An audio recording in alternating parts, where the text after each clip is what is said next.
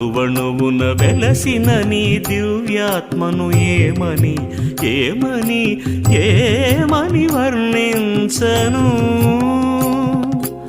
అమరానికి అధిరోహణగాంచిన నీ పరమాత్మను ఏ విధి ఏ విధి ఏ విధి వివరించను.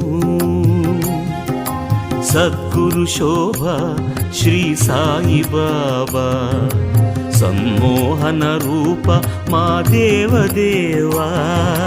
సద్గురు శోభ శ్రీ సాయి బాబా, సమ్మోహన రూప మా దేవదేవా.